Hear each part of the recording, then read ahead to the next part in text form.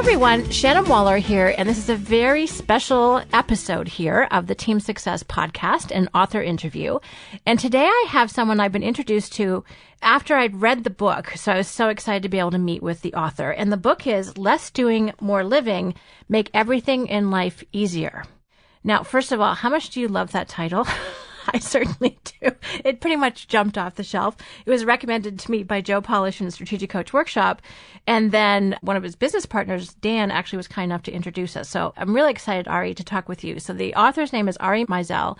And Ari has really put together an incredible resource of, well, you can call them life hacks, productivity hacks, really about making life incredibly better. And one of the reasons why I like it so much is it really is in line with Strategic Coach's value system and my value system of really maximizing productivity and leverage. It's also about expanding personal freedom. So Ari, when I read your book, the word freedom kept popping up for me because what you really give people back is freedom of their time, which we talk about here at Coach, and freedom of purpose so they can do what is really meaningful for them. So first of all, thank you very much for writing the book.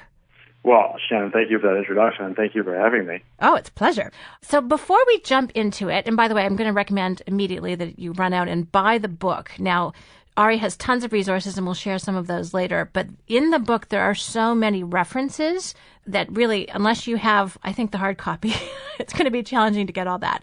I love audiobooks and all the other resources, but just having the paper in this case, I think, is really useful. So, Ari, you have had an illustrious background and done a ton of different things and been an entrepreneur in a lot of different ways. And you have a very particular motivation behind creating Less Doing, More Living. I want to cover some of that so people kind of know where you come from and where the ideas come from. And I'm going to read a little bit of your bio that I found kind of fascinating. I really hope you just add to it. So just throw in stuff that you think is really useful. Sure. So one of the things that I liked on your site was you said, Ari turned a hobby of productivity into a popular framework and consulting service for optimizing, automating, and outsourcing of life's tasks. We're going to be talking about that. Less Doing, More Living continues to grow in popularity and has become a platform for general efficiency consulting to businesses, entrepreneurs, and everyone else who could use a little more time in their life. His Achievement Architecture coaching program helps individuals and teams overcome challenges and be more effective. I love every second of that. So, thank you. You're welcome. Can you share just a little bit of your history? I mean, there's a lot, and you've got an amazing education background and all the different entrepreneurial ventures you've done. So if you can just introduce yourself a bit to our listeners, and then we'll talk about what your real impetus was for creating Less Doing, More Living.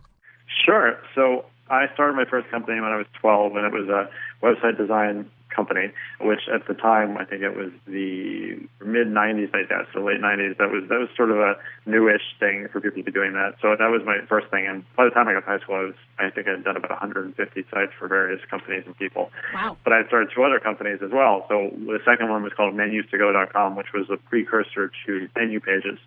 And the third company was called Tech, which was just basically me getting to play with gadgets and solve cool things in people's houses and businesses. So I was always very entrepreneurial-minded, and I was never a very good student, particularly, because I wasn't paying much attention to my academics. But I ended up going to the University of Pennsylvania to the Wharton School, and that was only because I really wanted to go to the Navy, actually. I did not want to go to college. Really? Yeah. I still get those sort of inklings every now and then. I really, really did want to go into the armed forces, but I think I was such a bad employee that I probably would have not worked out the best for me. I've been fired from, I think, 10 different companies. I love it. Yeah, true entrepreneurs are actually not employable, I've decided. Yeah, right. Well, or you're just an idiot. You know, it's at some point you have to decide which one it is and go with it. So I went to the University of Pennsylvania to the Wharton School, and again, I was not particularly academically minded. I graduated with a 2.68 GPA, which I think is a C- average. But I graduated a year early, and I had a major in real estate, a major in entrepreneurship, and a minor in art history, and a minor in psychology. Wow. So I was working as efficiently as possible starting then. Actually, one of the big fundamentals of Less Doing, which I'm sure we'll get into, which is called Choose Your Own Work Week, actually came out of my senior year of college, where I only had classes on 2 days a week. I had a lot of classes, but it was only 2 days a week, and it was very manageable that way. So I got out a year early, and I went to upstate New York to visit a friend, and while I was there, he showed me these old buildings from the 1880s that were these cigar warehouses, really historic, cool buildings. And I made an offer to buy them that day, and they were really cheap because Binghamton is a pretty economically depressed area. and had this vision that I could create lofts in Binghamton, New York. I had grown up in Soho my whole life, and I thought that I could do something like that there, and it was sort of primed for it. So I did. I bought the buildings and set out to build these lofts, and the deal was that anybody that worked on the job had to teach me their trade. So I spent the next 3 years learning and doing every construction trade imaginable, and I really learned how to build a building properly, but more importantly, I learned how to manage a team. I learned how to manage time and a project and different resources and political aspects and all sorts of different things. And it was a extremely difficult and rewarding learning process for me.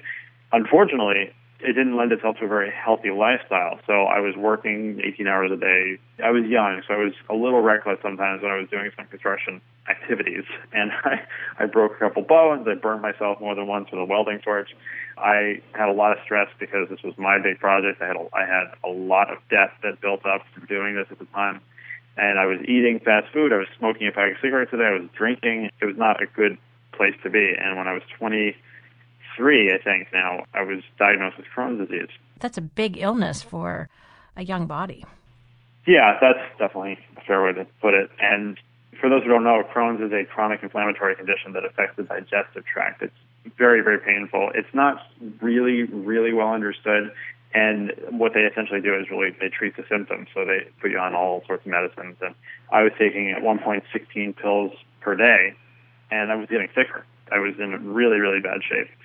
So basically, I got to this really low point in the hospital where I thought I was going to die. I mean, I wasn't probably, but I was at the precipice basically where I thought like this was the end of my life. And I got out of the hospital the next morning and spiked 104-degree fever for no explicable reason and was kind of delirious. And when I came down from that a day or so later, I basically decided, I have to do something different. I have to make a drastic change in my life. Otherwise, I really am going to die. So the only thing I know how to do was just to kind of go extreme with everything. So I immediately went to the complete opposite of what I've been doing. One of the things was that I had not had greens, basically green vegetables or leafy greens in months because of a miscommunication essentially with my doctor, and I felt like they were causing part of the problem. So I went to the complete opposite. I became a vegan for about a month, which was okay, but it didn't really work for me. And then I started introducing other things and very quickly settled on basically a pescatarian diet. And that started to have a big effect. So I started to feel better. I started to have a little bit more control. The biggest issue with Crohn's, and I think a lot of autoimmune diseases, is that you're basically at war with your own body, which is a really bad place to be, especially, as you said, as a young person. That's a lot to be handling. So I started to get some control, which was a big thing, also something that sort of led into what I was doing. And after 4 months, I was off my meds, and 2 months later, I competed in my first triathlon, which was amazing because I'm 40 pounds lighter now than I was then, and that wasn't because I was fat. It was because I was inflamed from all the inflammation. And you can see it in pictures. I was just puffy looking. I looked like a balloon. So I could barely go up a flight of stairs back then without getting winded. So now I did my first triathlon, and then I was like, all right, so that I felt good. I wasn't thriving as far as I could say, but I was good. So I really got into health and fitness. I was teaching a cardio class at my wife's yoga studio. I became a yoga instructor. I became an EMT. I really dove into this in a big way. And I was teaching one of my cardio classes, and a friend of mine had brought someone else who had just completed Ironman. And we're talking about triathlons. He's like, do you ever think you want to do Ironman? And I immediately was like, no way. I can't imagine what you were thinking. It's crazy. I would never do that. And that night, my friend who got me to do the first triathlon I did sent me an email. He's like, Ironman France next summer. Are you in? And I wrote back without even thinking. I said yes. Oh, my goodness. So my wife is French, and that's sort of how I justified it. I was like, we'll go to France. It'll be great. So I started training for Ironman France, which I had about a year and I think maybe 14-month runway to do that. And along the way is where the real transformations happened. So, again, I was doing good. But I realized that the nutrition and the supplements and the fitness aspects of what was going on in my body and my illness were actually pretty straightforward. And I have replicated my results in well over 50 Crohn's patients at this point. The hard part, I realized, was stress. And not reducing stress, but managing stress. And this is not my opinion. I mean, stress is an inflammatory agent. There's no question. And the problem is that when it becomes chronic, it's going to burst the seams in one way or another. So my response to the stress issue was to create a new system of productivity, the best thing I could ever come up with. And the goal was to help people optimize, automate, and outsource everything in their lives in order to free up as much time as possible so that they could stress less, reclaim their minds, use it for the things that they wanted to, and be more effective. And that is how Less Doing was born, basically. It was out of this desire to help people free up time so that they could stress less. I love that, stress less. That's just such an easy thing to remember. And one of the things, as I read your book, which I've read a couple of times now, is just how conscious you are about every single aspect of your life. And it's really clear that you had to. I mean, the stakes are so high for you if you don't. But you took it, as you say, you do most things to the extreme, which I love, because I feel like you've done the heavy lifting and we get to benefit from that, which is super cool. Well, it's funny because that comes up a lot where, for instance, my work week, which, again, we'll probably talk about, is Mondays and Wednesdays. And a lot of people are like, I can't just work 2 days a week. And I don't actually just work 2 days a week, but that is my work week. And a lot of the things I do are extreme, and I do these experiments so that you don't have to. I try to figure it out for people so that they don't have to then go do exactly what I did. I love it. I'm very happy to borrow from other people's expertise, as I want them to borrow from me too, because when we're doing what we love to do and do best, it's just fun to share it. And I definitely get that sense from you. So awesome. So let's drill down into those three different things because it's very clearly a system. So optimize, automate, and outsource. Let's dive deep into that because I think, first of all, those are three easy things to remember so we can stress less. But can you define optimize? What does optimize mean to you? Sure. Before I explain that, though, I do have to give the reason for that methodology. It's really important, because anybody can outsource pretty much anything nowadays. It's very easy. You can go to websites like Fiverr.com and you can have somebody write copy for your website for $5. So, it's very easy to outsource. The problem is that if you just go right to outsourcing, it's essentially the same as sweeping the dirt under the rug. It doesn't actually get rid of the problem, and in a lot of cases, it can make the process less efficient because it's just distancing you from it. So you have to do it in this order. So now I can explain. Optimization, to me, is really about stopping and taking a hard look at what you're actually doing, what the processes that you're going through entail, and what it takes to do the activities that you do in your life and sort of where you're spending your resources, your time, your money, your energy. And a lot of that has to do with self-tracking. Pretty much everything we do nowadays can be tracked, whether it's digitally or physically or all sorts of different things. So one of the things that I love to do when I give a talk in person, so Shannon, without thinking about it, if you can, tell me really quickly what you had for breakfast this morning. I had 2 pieces of turkey bacon. I had a fried egg that my daughter didn't want to eat. And I had 1 bite of a bagel with cream cheese before my daughter stole it from me. Okay. Okay, now do the same thing. Tell me how many emails you sent last Tuesday. I have absolutely no idea. Okay, right. Oh, actually, no, I do know. I was on free days, so none. But if you asked me yesterday, I couldn't tell you. I have no idea. Right, and the thing is, I love asking that when I have a group of 7 or 6 or 800 people. Love and it. The funny thing too is when there's 3 or 4 people who don't raise their hands about breakfast because they can't remember, which is even more telling. But it's a really interesting point because the first response that most people would give me to that is, well, who cares? And the answer may be, well, maybe nobody cares, and that you absolutely may be right. But maybe it does matter. And the thing is that is your information. That's stuff that's happening to you in your world that you do have control over. So why wouldn't you want to be aware of that kind of stuff? So first of all, email is an easy one. There's dozens of programs now that you can use for free that will tell you how often you're sending email, what days you send the most email, what hours in a day you get the bulk of your emails. And that's really interesting information because you can start to plan around that. But it goes way beyond that. You can track your sleep, you can track steps that you've taken, the food you've eaten, the interactions you had. You can even now track how people affect your mood. There is actually a device called the People Keeper, and this is one of many that does this, but the People Keeper uses an app and a wristband to measure your heart rate and some other metrics. And basically, whenever you meet somebody, if you can identify who that person is, and then it will tell you how that person made you feel, whether it was anxious or aroused or interested or excited. And after a week of using it, it will tell you that these are the 3 people that mess up your day the most.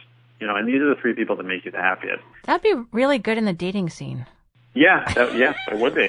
But I mean, and that's fascinating information, and that's something that, again, this is happening to us all the time. There's so much stuff going on. There's so much overwhelm. Mm-hmm. But if you stop and you take a look and you really try to identify what's happening and what's going on, that to me is optimization. I'm kind of laughing because I'm wearing my Fitbit as we speak because I love it. I love tracking it. I love tracking my sleep. You have amazing capacity for information and input. That's one of the things I'm sort of in awe of. So now, can people track everything all at once, or do they need to start with one thing and then kind of figure that out and then move on to the next? What's the system for actually breaking it down? So it kind of depends what your goals are, but one is that I think is a really great general recommendation I love is there's a free app for the computer called Rescue Time. And I love recommending Rescue Time. So what it does is you install it and then you forget about it. So you install it, it starts to watch how you're using your computer, and it will tell you after a day or after a week, it'll say, you spent 15 hours this week on email, and you spent 10 hours in Facebook, and 4 hours in Excel, and 14 hours on people.com, or whatever. It drills down to quite a bit of detail. So that's really cool because what it's going to show you is after about a week or so, I think, of using it, it'll say, look, Tuesday is your most productive day. And Thursday is your least productive day.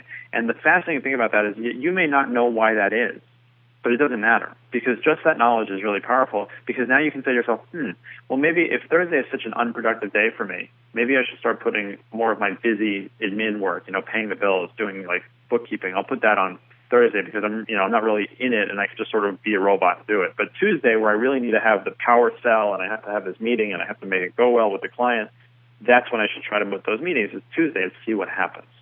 So that's a really, really great place to start. It's really eye-opening just alone to see that you're spending 16 hours a week on email and then just knowing that and learning some email hygiene, which we're going to talk about. Oh, please. That could be the biggest takeaway ever.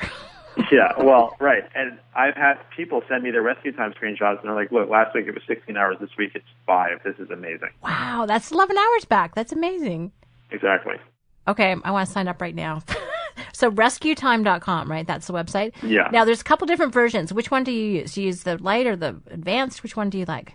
People should start with the light version because the pro version is great. I mean, it's well worth it, but definitely you're going to get a lot of information from the free version before you go on it and get the pro version. Okay, thank you. Oh, this is so exciting. I love it. Yeah. Okay, so optimizing is really about taking a look at things, breaking them down. It's interesting because as I was reading the book again, we have one of our tools. It's called Unique Method at Strategic Coach. And it's really 12 boxes in a horseshoe shape, but it really does allow you to break down a process into the discrete steps, who does it, what's the handoff, all that kind of great stuff. And we use it for company efficiencies to have it figure that out. But applying it to this scale, and you've got a great example in your book about just delineating a process so it's very, very clear with no confusion. The handoffs are obvious, where to find information is obvious, so that you can, I think, probably take the next step, right, which is to automate.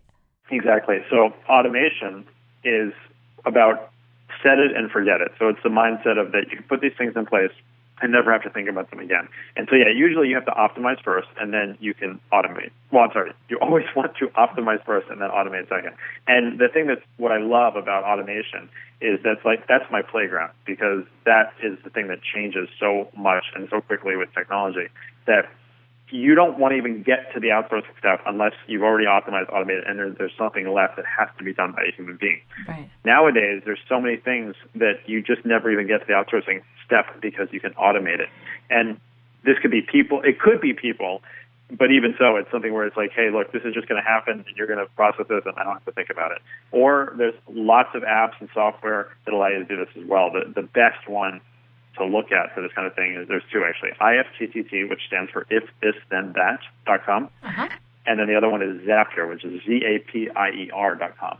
Now, what these two things do, they're almost identical, but they just work with some different services, is they create a very simple automation between two different web services. So if this happens in this service, then do this over here at this service. So something as simple as if I changed my profile picture on Twitter, then also change it on Facebook. It's really good for branding kind of stuff. Mm-hmm. If I get a new sale in my PayPal business account, add that client to a new reference in Salesforce. if somebody tweets about my company using this hashtag, then add that to a line in a Google Docs spreadsheet.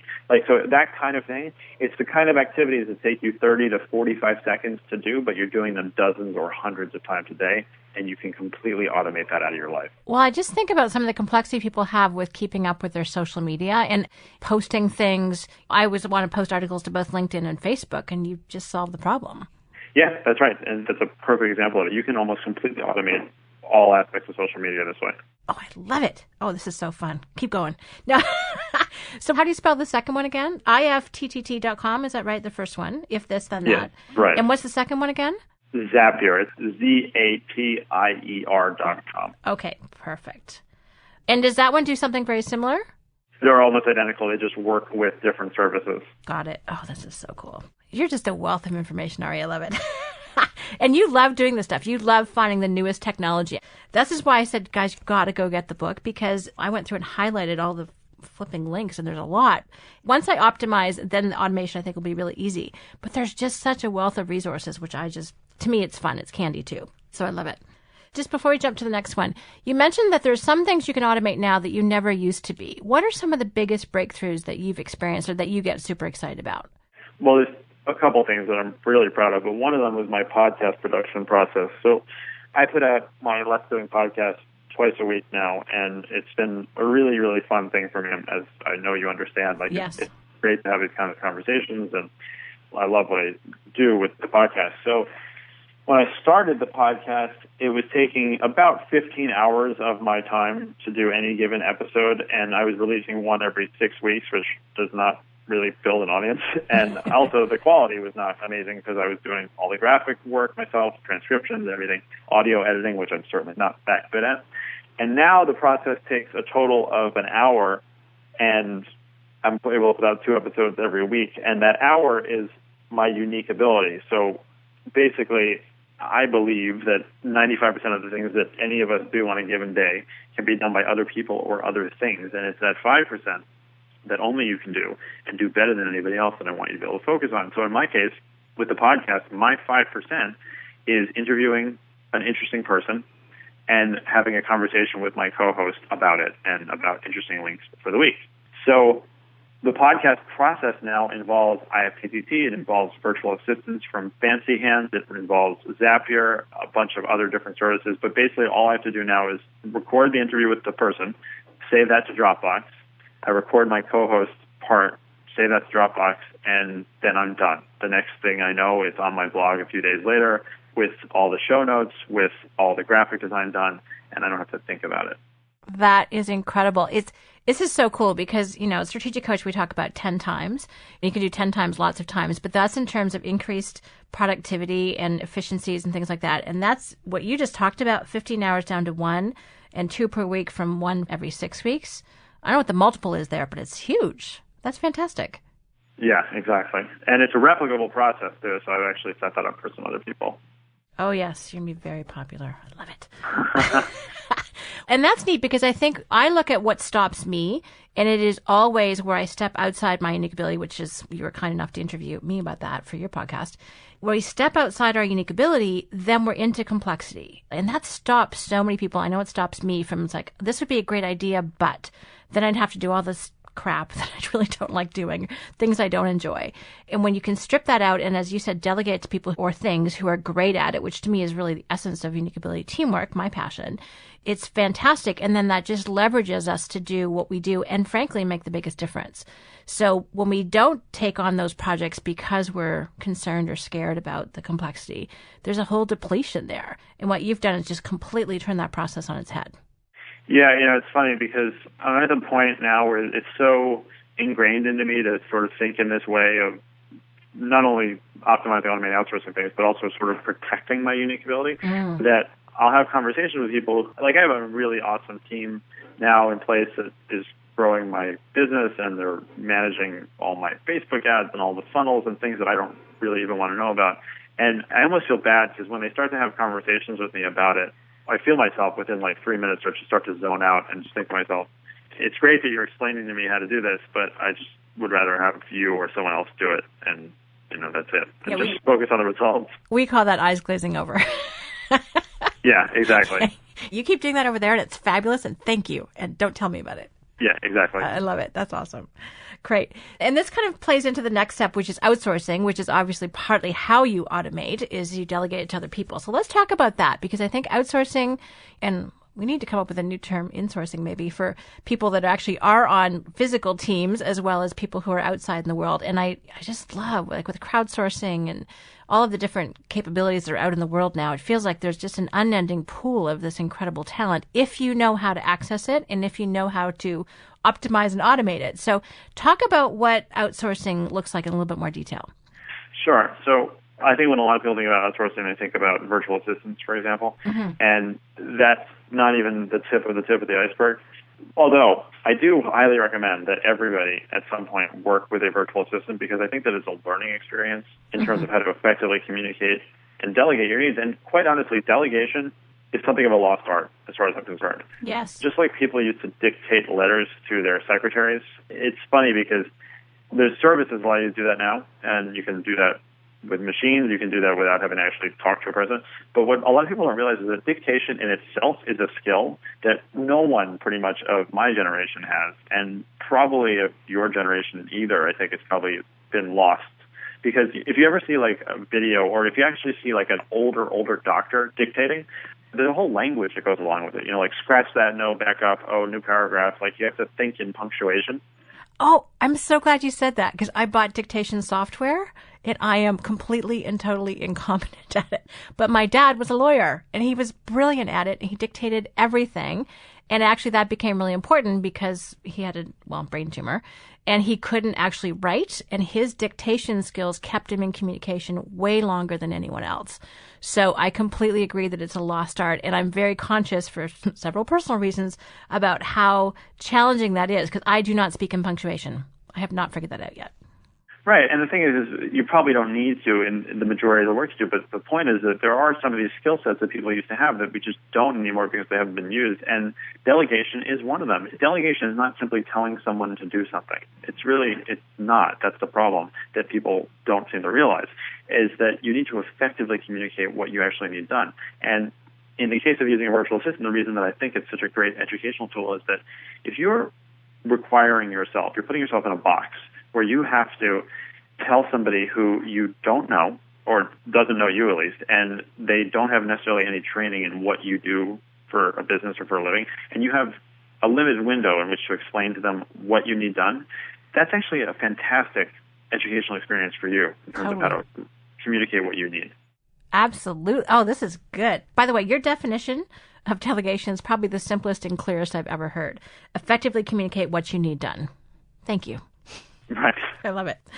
So people really have to develop that capability and talent. And I totally agree. It's a lost art. I coach on it all the time. It's like, come on, people. And I'm still getting better myself. So yes, I totally agree that connecting with a virtual assistant trains you on how to do that, because you learn really quickly. Tim Ferriss has actually explained this quite humorously in his 4-hour work week. And just some of the mistakes that happen when you don't do it, because we make assumptions, right? In terms of what we think people will do or what you would do in the same situation. They truly have no context or no idea. Right. I mean, more than that, it's that just because something makes sense in your mind doesn't mean it makes sense in their mind. And I'll give you a good example, and that's paying a bill. You know, something that everybody either does or has done in their life. The average number of steps it takes to pay a bill is actually 27. I mean, I've seen much more than that. I've seen some less than that. But if you actually look, and the optimization part of this, if you look at what it really takes to pay that bill, and you're looking at, go to the Bank of America website and log in with this password and go to this page and then put in these details, it adds up very quickly. You write those down and you immediately look at that and you're like, okay, well, I see it right here. There's some redundancy. There's a hole here that needs to be filled. So you get down to 24 steps or 23 steps. And that's the beginning of optimization. And then you can see that, if I put this file in Dropbox and use this website called Sort My Box, and it will automatically move that file into another folder and send that to my accountant, so that takes out 3 or 4 of the steps necessary. And you get down to 14 steps, and that's amazing. And now you're really flying. And then you give those 14 steps to a virtual assistant who's never seen this before, and they say, I'm sorry, I tried to log in, but I couldn't get past step 3. And it's like, duh. You know, it made sense in my mind, but I didn't express that clearly. And that's great, because then you do that a couple times and you get down to a 9-step process so perfect that anybody can walk in off the street and pay a bill for you. That's awesome. Again, I keep going back to the word conscious or awareness. You're just getting so much more intelligent about your own stuff.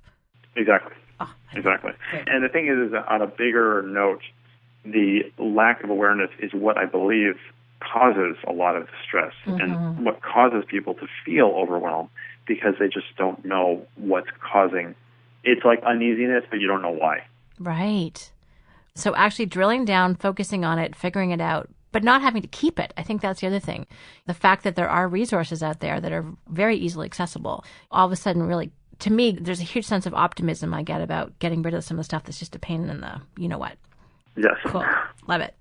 So again, for outsourcing, where should people start? Or if they've been doing it for a while, what's the next step for them? So you're saying if they already are outsourcing? Yeah, some people do some things, but you've taken it to a whole new level in my estimation. Well, I say that they should still look at the things that they're doing. So one of my triggers for when I'm going to look at a process that needs to be fixed or made better is if I do something more than twice, if it takes me more than 5 minutes, and or I don't like doing it. That would be a very long list for most people. Yeah, that's good. Do it more than twice, takes more than 5 minutes, or don't like doing it. Or especially if it's all three. That is fertile ground for optimizing, automating, and outsourcing right there. I love it. Yeah, my list of don't like it is really, really long. I can tell you that. And for anyone who focuses on their unique ability, for lots of you who are listening you're very, very aware of those things you don't like doing. And you are highly motivated, I hope, to really spend more time with unique ability. So we have a very highly motivated audience here, Ari, for this content, which is awesome. So again, presuming people optimize so they're not sweeping stuff underneath the rug, but actually looking about whether or not it's worth doing, because you don't want to make something that you shouldn't be doing efficient. That's just doesn't make any sense. And then they automate it, and then they outsource it. And you have some very specific areas of life, so you've got a whole bunch of different 9-step process of places for people to look on how to do that. Let's jump into the 80-20. Yeah, so 80-20 is certainly not mine. That's been around for 107 years at this point. Pareto's principle. The basic idea is that 80% of outcomes come from 20% of inputs. And on a more practical scale, what that means is that 20% of your clients may produce 80% of your income. It could also mean that 80% of your complaints come from 20% of your clients, the vocal minority, I guess. So it's a good metric for thinking about how you allocate different resources. And resources to me are energy, time, money. And again, I think it's more of a 95-5 situation where 95% of those things you're doing don't need to be done by you. But what 80-20 is for me is a constant reminder to be self-tracking. Mm-hmm. So that's how it serves me, is it's just a reminder of looking at the situation, whether I'm actually tracking that with something that is an external force like a device or software, or just simply stopping, pulling myself out of autopilot, which is, the Daniel Kahneman thing about System 1 and System 2 of our brain, where System 1 is autopilot and System 2 is more analytical. Well, it's sort of a double-edged sword, because on one hand, it's great that we have this autopilot mode, and we can put all these things in there like paying a bill, that you just do it without having to think about it, but at the same time, it stops us from looking at the process to make it better, or possibly not have to do it at all. So that's what 80-20 is for me. I love it. One of the other things you talk about in that chapter is a note on essential versus optional, and that really hit me, partly because the fewer the categories, the better in my brain. It was really simplifying to have you say, okay, there's certain essential things and then certain optional things. And you applied this to emails. I know there's lots of different strategies for email, but let's talk about it. How do you sort email? How is it? Because you have a whole process and system for how you do it. Sure. So, the essential versus optional idea actually comes out of the tracking, because one of the things that the tracking allows you to do is more readily identify what is essential and what is optional in your life. And essential is obvious. It's the things that you have to do, you have to know, you have to read, you have to be aware of, talk to these people. Optional is not junk. It's not garbage. It's just things that you want to do, you'd like to do if you have the time. And if you don't, you need to be able to filter that out as automatically as possible. Email is a great example of that. So there's all sorts of different email strategies out there, and people have tons of different folders and all sorts of things. I think that you pretty much need one folder. Sorry, two. You have your inbox, and then you have your optional folder.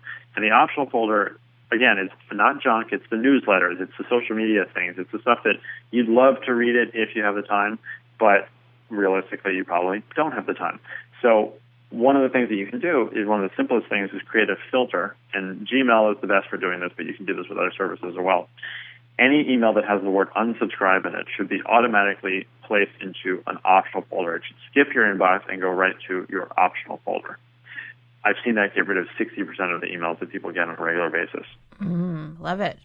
And keep in mind that what this means is that it's not deleting it because you're going to have the people who are like, oh, well, I work in social media and everything I get has unsubscribe, or all the news, it doesn't matter, because if it has the word unsubscribe in it, then it was definitely not sent directly to you. And in my mind, that is not absolutely essential. And beyond that, you're not getting rid of it. You're putting it into the optional folder. And the beauty of that is that when you are in the inbox should be a place of zen and work and the 3 Ds, which I'll explain in a second. Hang on. Did you just put the word zen in the same sentence as inbox? Yes, exactly. Okay, please. You might have to repeat that for everybody.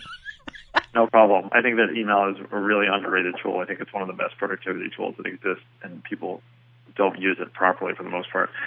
The point, though, is that when you switch to the optional folder, you are now mentally, you are emotionally in optional mode. That's a very different place to be, because you're not in your inbox saying like, oh, there's an email from my boss, there's an email from my mother, there's an email from my wife, and there's a Facebook, whatever. Whereas in the optional folder, you can scan them really quickly and just say, oh, Facebook, Zulily, Groupon, blah, blah, blah. Oh, wait, there's something that my dad forwarded me that has unsubscribe in it. I'm going to look at that. It's a very, very different thing when you're in that optional mode. So the 3 Ds, actually it's sort of 4 Ds. There's only 3 ways to deal with an email in your inbox, and you only want to deal with it once. So the first one is delete it because it's no longer relevant or not directed to you or spam or something. It's garbage. The second one is to deal with it because it's something that you can deal with right now, which is important. If you can do it in the next 2 or 3 minutes, then do it right now. There's no reason to not do it now. Oh, and by the way, deal with it could include delegating it. So that's sort of the subset, 4th D, but you could send it to somebody else to deal with. The 3rd D is to defer it, and this is the most interesting one. So there's a better time for you to do anything that you do, and whether it's creative writing, accounting work, talking on the phone, interviewing people, there are better times and worse times for you to do those things. And that has to do with your biorhythms and your attitude and your mood and your hormones and all sorts of things that happen in your life. The weather can affect it. It doesn't matter. But there are better times and worse times to do things. So there's a service called followup.cc. You don't have to have any programs installed. You just use it by email. And what you do is that you can send an email to anybody you want. And in the BCC field, you can say 3 days at followup.cc, or Thursday 9 p.m. at followup.cc, or 1 week at followup.cc, pretty much any time period you want at followup.cc. And what happens is that when that time period comes around, that email will come back into your inbox with a snooze functionality now in the upper right corner. So you're going to get that original email back, and it will also say, like, oh, you can snooze this for another day, an hour, a week, whatever you want. So that's the deferring part. And what you do is that if you can't deal with email right now and it's not junk, you think to yourself, when is the best time to deal with this? And then you forward it to that time, and then you forget about it. I love it because it keeps you from being lazy. Well, put it this way, it keeps me from being lazy about my email. Because sometimes I just scan it and I pick out the few that I want to answer and then I close it again, which is completely the opposite to how you're talking about email. I love it. Yeah, I believe in the Ohio method, the only handle it once. Yes, I love that. So just for fun, how many emails do you have right now in your inbox? Since we started talking, let's see, 1, 2, 3, 4, 5, 6, 7.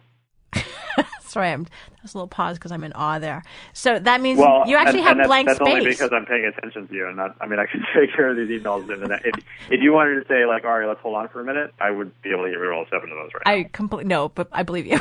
Yeah. So that means you can actually see white space in your email box. Well, I have this background image of an ocean, so that's what I get to see. I love it. I love it. Oh, my gosh. Okay, everyone, that's a challenge. That's awesome. It's a challenge, and it's also a life changer, because that's what I think I could say. I really do think that the email is the greatest productivity tool ever, because what other possible medium exists in our imaginations where you can carry on thousands of conversations across the entire world, sharing all sorts of information, and you can remember it all because it's searchable. Mm-hmm. That is incredible. And when people complain about their inbox, nobody forced you to get email. Right. And nobody made you sign up for a Gmail account and start sending emails to people and signing up for all sorts of lists. Like, no one made you do that. So it's a tool, and it's a privilege, honestly, as far as I'm concerned. So either use it properly or don't.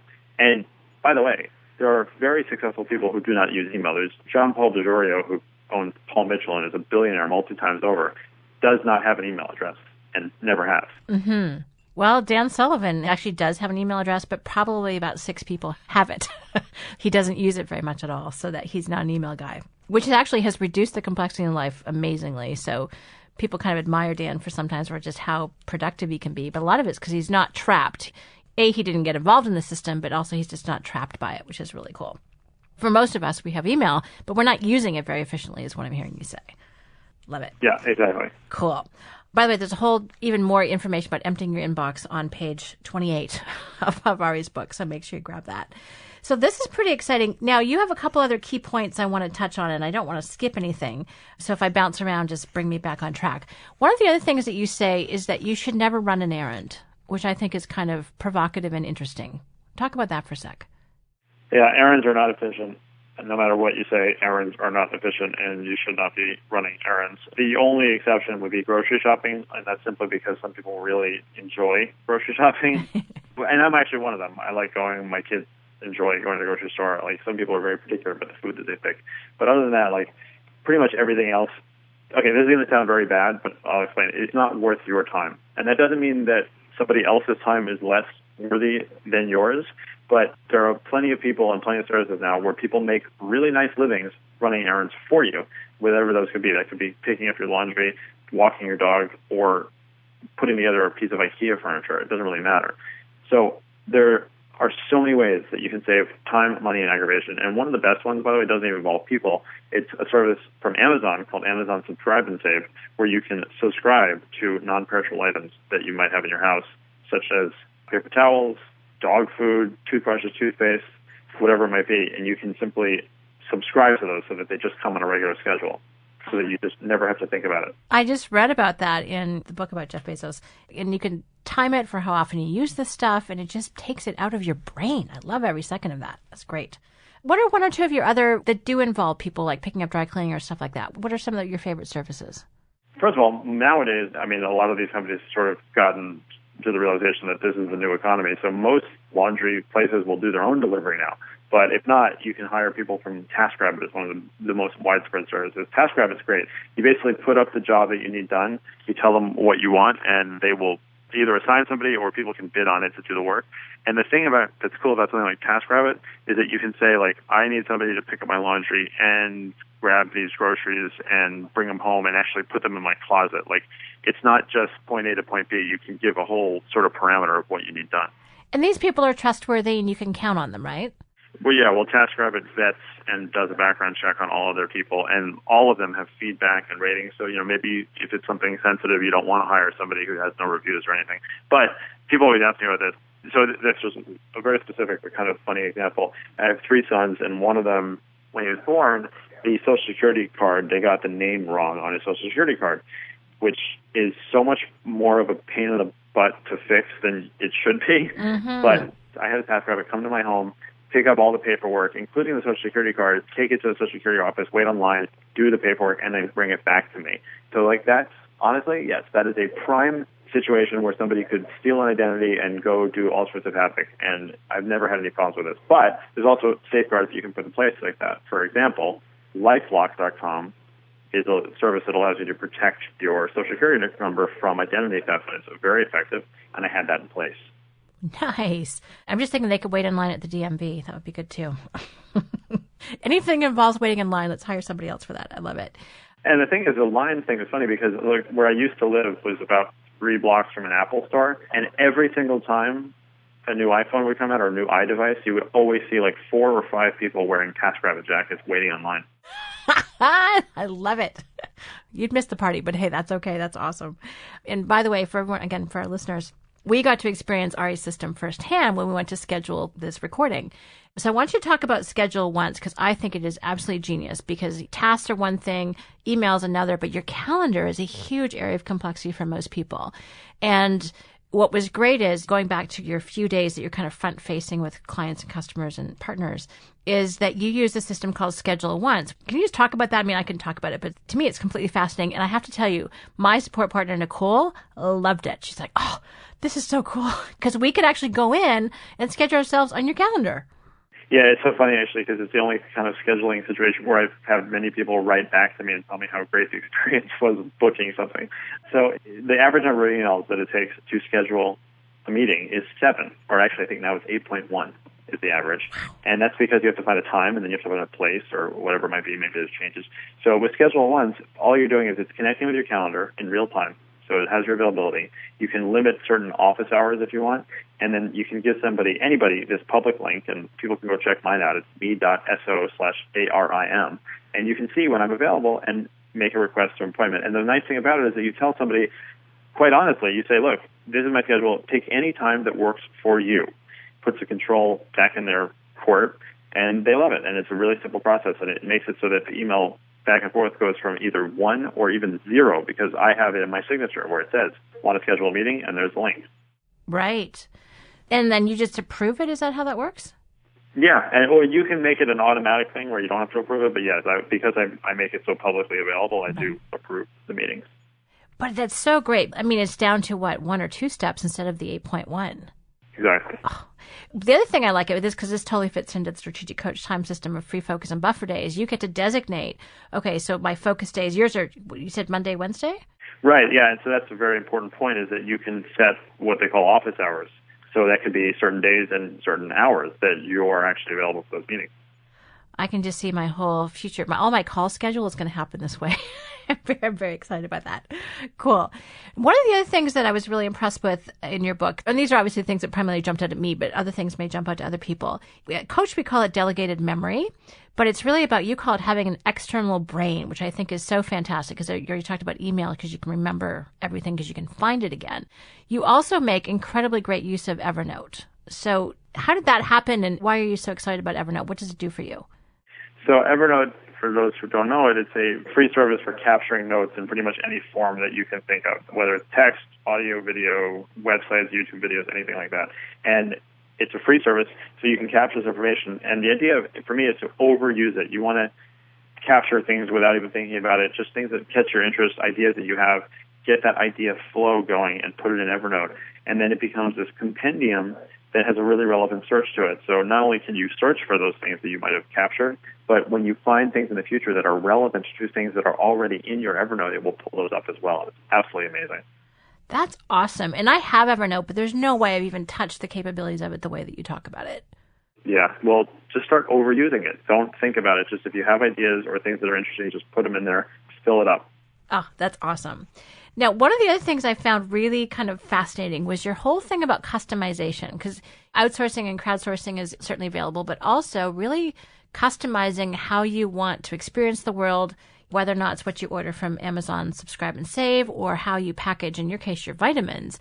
There's a whole industry out there now that can really help to create exactly what we want in the world. I had not looked at it from that angle. I mean, it was a cool part of your book that I was like, oh, I didn't expect this.